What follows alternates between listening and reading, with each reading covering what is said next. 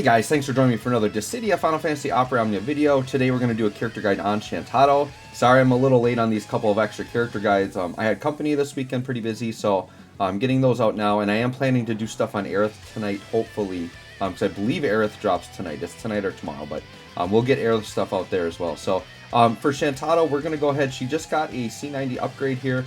She is a BT character. We're going to go ahead and take a look at her calls, her artifacts, and her spheres, and then we'll do a little showcase, kind of explain how she works. She's a fairly simple character to play. I would say she's not very complicated at all, right?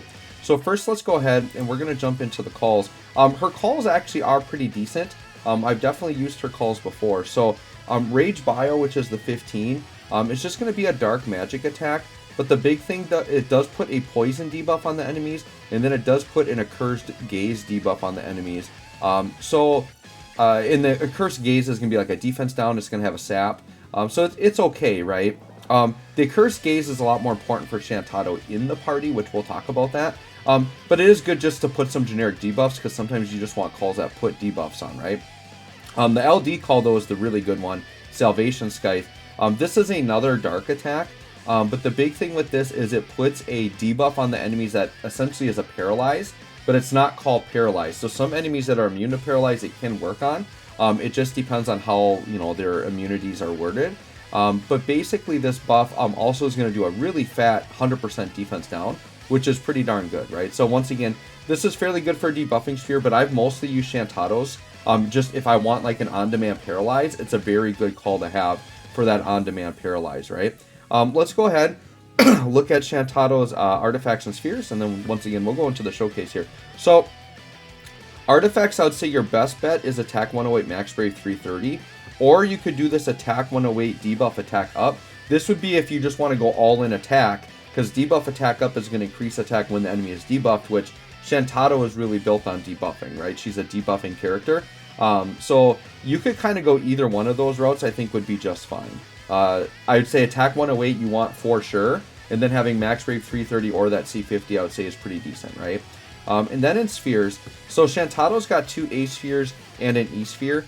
Mine I would say that I have on here aren't like the most optimal, but what you want to do on the A sphere is you want to go attack, magic attack, brave damage, any of those typical DPS type of spheres, right? So like I just have some generic easy ones, so like Vaughn, just HP at max, do an attack up. I would say Sevens is a pretty good shout out, because Shantotto's also about like elemental and weakness damage, so she can really hit those weakness damage spheres. So Seven's a pretty good one if you want just like a brave damage sphere, and then Rydia would be really good as well because you get attack and brave damage on that as well. So that's another good one. If you want to do like the magic attack route, you've got like Papa Limo, Aerith is a really good one, and then Clouded Darkness and Alisaie.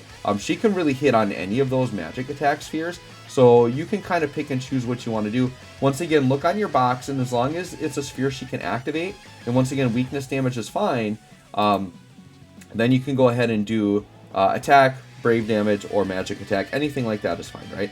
Now, my E slot is not optimal, and it's really unfortunate because there are characters that can really use Quistis' sphere. And whatever I did back in the day, I put a full Quistis sphere on Shantotto. Not wise. I mean, party max brave up is fine, but this is better on like a battery character. And Shantotto's not really a battery character, so I'm definitely not going to put something over this. If I ever buy slot removers, this is one I'm for sure going to remove, because there are other characters that can make a lot better use of Quistis. So don't put Quistis there on the E slot, right? What you want is you want something that's going to be just a typical like attack, like an offensive type E slot. So like Seymour is a pretty good one. I think Yuffie is another one that you could use. But I think the best in slot, if you want my like best in slot E, I think it's Pain. And I've always said this, anytime you have a weakness damage E slot character, Pain is probably going to be best in slot, because it's a party attack up, and an enemy attack down as an aura. Like that's very powerful, but you need weakness damage to trigger it. So I would say Pain would be my #1 pick here for Shantotto on the E slot, right? Otherwise, once again, Seymour is going to be like a nice attack up one. Kefka is a pretty good shout here, because Kefka's on debuff and it's magic attack 15, which is very, very good. And then Yuffie as an attack max brave on debuffing, very good. Emperor is a good one here for attack. So there's a lot of good options there, but I would say if you're a Shantotto fan, if you got a Pain sphere, that's 100% what I would throw down there, right? All right, let's go ahead and hop into the showcase here. So we'll hop in. So my Shantotto is Force Enhanced 10 and does not have blue armor. But I do have the BT, but it's a plus BT, but not green. So once again, this Shantotto is not going to be as powerful as a maxed out one. So just kind of keep that in mind as we go through. Okay. Now Shantotto, I wouldn't say has like a set rotation of like certain things, but there's basically a very important buff you want to keep your eye on with Shantotto, and a very important debuff you want to keep in mind on the enemies. Okay. So the enemies will start off with 2 turns of Accursed Gaze. Accursed Gaze lowers defense and puts a sap on the enemies, but the big thing is this allows Shantotto's moves to actually activate twice. So her 15, her 35, and her EX will all trigger twice as long as this Accursed Gaze is on, so you want to upkeep that. The nice thing is that the 15, the 35, and the EX will all reapply Accursed Gaze at 3 turns. So as long as you're pressing those buttons fairly often, the enemy should upkeep this. The one thing you have to keep your eye out is for if the enemies cleanse it off, then you're going to be missing out on those double attacks. And Shantotto without Accursed Gaze, her damage isn't good. But with Accursed Gaze, she has very competitive damage. So that's one thing, is you got to watch that debuff. Then the other thing is Shantotto has a Rage overhead. Okay, and it does max at 10 stacks or 10 turns. You want to make sure that you always have Rage on.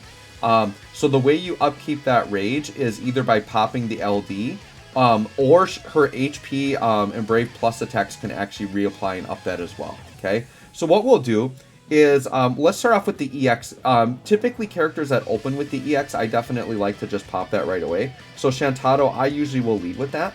So this EX is really like part of like what her gimmick is around. I mean, you see it's going to actually trigger twice, right? That's because of Accursed Gaze. So, you know, a fully maxed out Shantotto, it's hitting that enemy for probably a mil or more with probably like 400 to 500k splash. So she does have competitive damage, right? The reason why Shantotto doesn't get talked about, it's not because she's bad. It's because you're comparing her to Tifa and Rinoa, because those are the top tier DPS right now, right? And she cannot compete with them. But it doesn't mean she's bad, and she's like a good DPS character you can run. She's just not as dominant as Tifa or Rinoa, right? But she's not a bad character. It's just she's getting the upgrade at an inopportune time. If Shantotto had dropped like a month ago, like she would have been like really legit. Like if she had dropped like, you know, weeks before Tifa, then she definitely would have been like a lot more used and probably talked about as a good character, right? We'll go ahead and swap back into her here. All right, so let's talk about everything that EX does, right? So it does extend all of her buffs by 2 turns, which is nice. Triggers twice with Accursed Gaze, which we talked about. And then she gets a buff called Matchless Magic, and then the enemies get 2 debuffs, which are Divine Malice, and then it does reapply the Accursed Gaze, right? So the Matchless Magic gives her attack up, max brave up, and then overflow. So just pretty good generic buffs for herself. The big thing is the Divine Malice and debuff is basically imperils every element. So that's actually pretty useful, because you could run her with units that are other elements and it'll automatically imperil. I would say this is a lot less useful though than it used to be. The reason why is most elemental characters will already imperil for their element. So like Shantotto being able to do this really doesn't matter as much anymore, unfortunately. When she first dropped with her EX, it made a lot more sense, because like I think they had just upgraded it so weakness damage overrode if they were like strong against that attack. And other characters didn't like imperil. It wasn't as common, right? But now that every character will typically imperil their own, it's really not that big of a deal. But it does imperil for all elements, right? Let's go ahead now and let's pop Rage Arrow. This is probably the more powerful single target, and this is a wind damage based attack. So you can see here double attacks. And then, yeah, about a mil. I mean, so her damage is good. Like, I'm happy with a mil damage there, right? And once again, this isn't a fully maxed Shantotto either, so there's some damage left on the table there. So she's going to get that Matchless Magic buff we just talked about, and then it's just going to reapply Accursed Gaze. So very simple, right? Let's go ahead and swap back into Shantotto again. Okay, and then let's go ahead and do the 35. And the Rage, the reason why that Rage overhead is important is because we get the Rage version of the attacks. The normal version of the attacks aren't very good. So you want to always make sure you're doing Rage Arrow and Rage Bio, and that's by having that upkept, right? Let's go ahead and do Rage Bio. Now this is going to be more your AoE. Okay, and you're going to see it's going to double hit here. Yep, and then not as strong, but it does more AoE damage, right? And then this is going to be a dark damage attack, does give her an attack up buff, and then this puts a nice poison on the enemies and then reapplies a Curse Gauge. So once again, as long as you're attacking with one of those 3 attacks, you're going to upkeep that debuff fairly easily, right? Let's actually, you know what? Instead of doing this, let's just go ahead and attack through here. So let's just do this. Because I can actually give Luna Freya a turn, and then I can just put Quick Prayer on Shantotto, right? And then I don't have to worry about swapping turns constantly. Alright. So yeah, let's go ahead and let's Quick Prayer here. Yep, Quick Prayer, Shantotto. And we're not going to worry about Force Time or anything. Shantotto isn't a Force character, so we don't really need to worry about that right now. Let's go ahead and pop this. And then Shantotto's going to get a few turns. Plus, I could just go into the BT phase, right? So I might just do that, just to show stuff off, right? Let's go ahead and let's try an HP plus attack and just see how it looks. This is HP triple plus. Okay, so you can see not very good, but look at her overhead. Her overhead went from 2 turns to 9. So literally, it actually went to 10, but then it subtracts 1 after the turn. So literally that HP plus, it's not very strong, but it is a great way to upkeep the overhead without pressing the LD, right? Let's go ahead and let's just go into, I guess, sure, we'll just pop another EX here. Once again, the big thing is you're doing an Omni Imperil. Is what that does. It imperils everything. And once again, it's going to trigger twice because of a Cursed Gaze.